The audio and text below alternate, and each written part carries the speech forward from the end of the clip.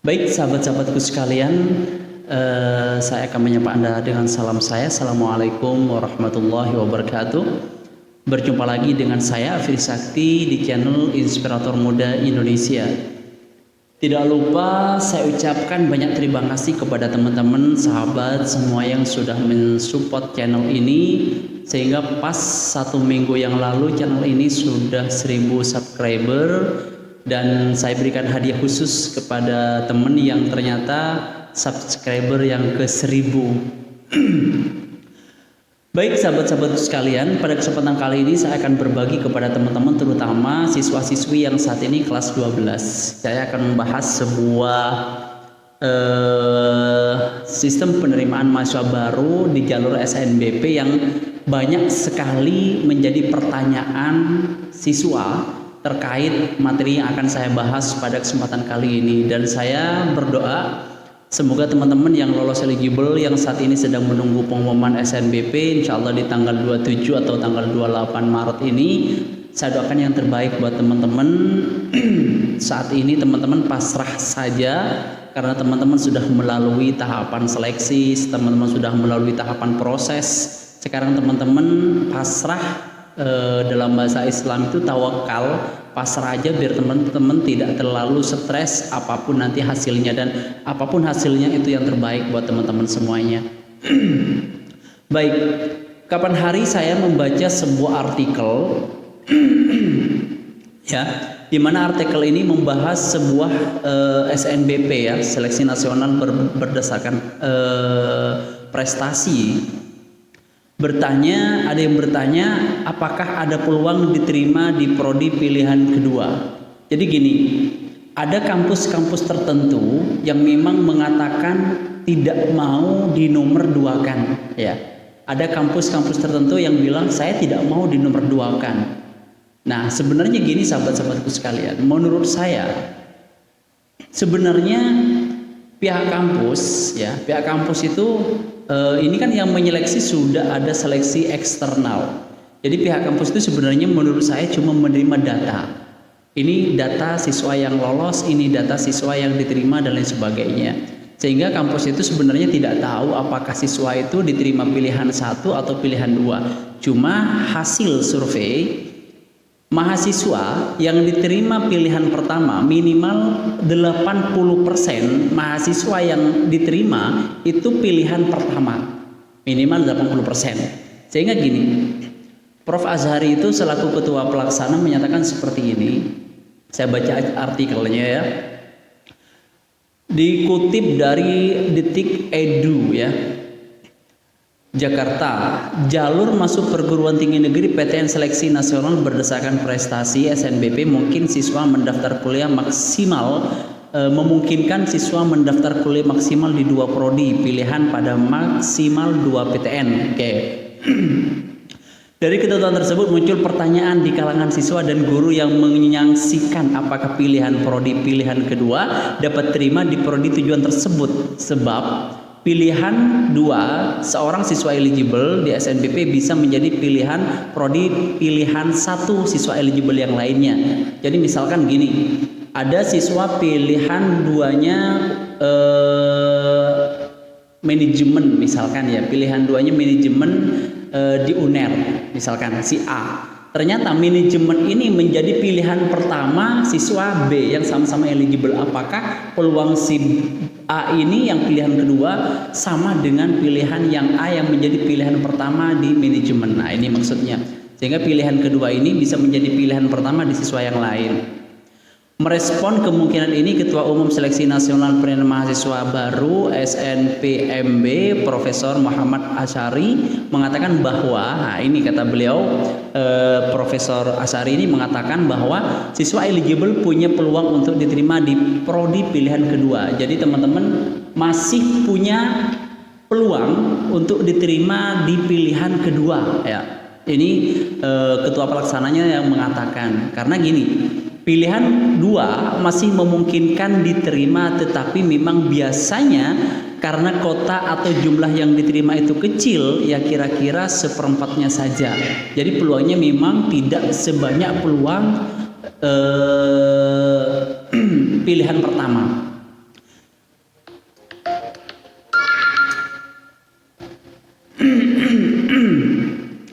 Baik, Asari menjelaskan memang kota sejumlah prodi dapat terpenuhi oleh siswa yang memilihnya sebagai prodi 1. Kendati demikian, siswa yang memilih prodi tersebut sebagai prodi pilihan kedua tetap dipertimbangkan oleh PTN. Jadi gini, contohnya tadi si A ini pilihan keduanya di UNER manajemen ya. Ternyata manajemen ini menjadi pilihan pertama si B di UNER ya. Sehingga ketika manajemen di UNER sudah full oleh kota pilihan pertama, otomatis pilihan kedua itu peluangnya kecil. Karena kotanya sudah full di SNBP, misalkan kotanya 100 orang misalkan. Ternyata dari kriteria siswa pilihan pertama sudah terpenuhi 100. Maka peluang yang milih pilihan kedua itu kecil, tapi tetap dipertimbangkan. Misalkan ada 100, nah dilihat ternyata nilai yang ke 100, misalkan rata-ratanya, misalkan kita bahas rata-ratanya misalkan 90 misalkan, yang ke 95 sampai ke 100 ternyata 90. Nah, tetap diseleksi yang pilihan kedua, tetap diseleksi apakah mengalahkan prestasi yang pilihan pertama.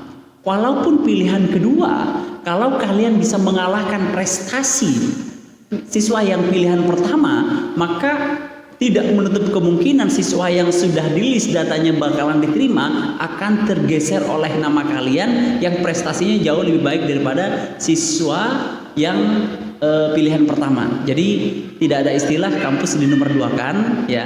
Karena kenapa? Karena yang dilihat tentang prestasi. Kalau prestasinya baik, ternyata bisa mengalahkan yang pilihan pertama, tetap digeser, tetap dipertimbangkan. Misalkan sertifikatnya lebih baik, terus nilainya lebih bagus dari sekolah yang akreditasinya lebih tinggi misalkan, maka itu akan menjadi prioritas juga walaupun kalian pilihan kedua. Jadi seperti itu teman-teman sekalian. Jadi jangan kecil hati yang memilih pilihan kedua, apakah diterima atau tidak, tetap punya peluang walaupun peluangnya itu kecil. Karena rata-rata siswa yang diterima di jalur SNBP ini hampir 80%, bahkan minimal itu di pilihan pertama. Oke, lanjut. Baik.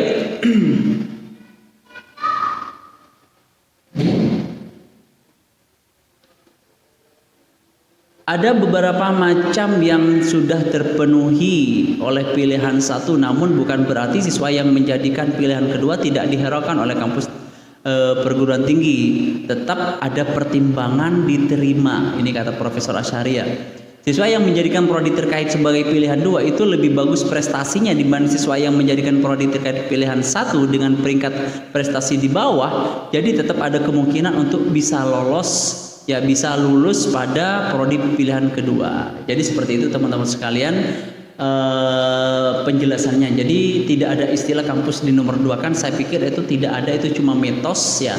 Walaupun ada seorang rektor yang mengatakan kampus saya tidak mau di nomor 2 kan ya. Tapi walaupun nomor 2 pilihan kalian prodinya pilihan kedua, kalau prestasinya kalian lebih baik ternyata tidak diterima di kampus yang A, ternyata diterima di kampus pilihan B, berarti prestasinya kalian lebih bagus dari siswa yang mengambil di kampus B yang pilihan pertama. Jadi nggak usah khawatir, nggak usah kecil hati terkait pilihan kedua. Baik. Terus bagaimana kalau misalkan siswa yang diterima jalur SNBP terus tidak diambil, tidak tidak diterima misalkan.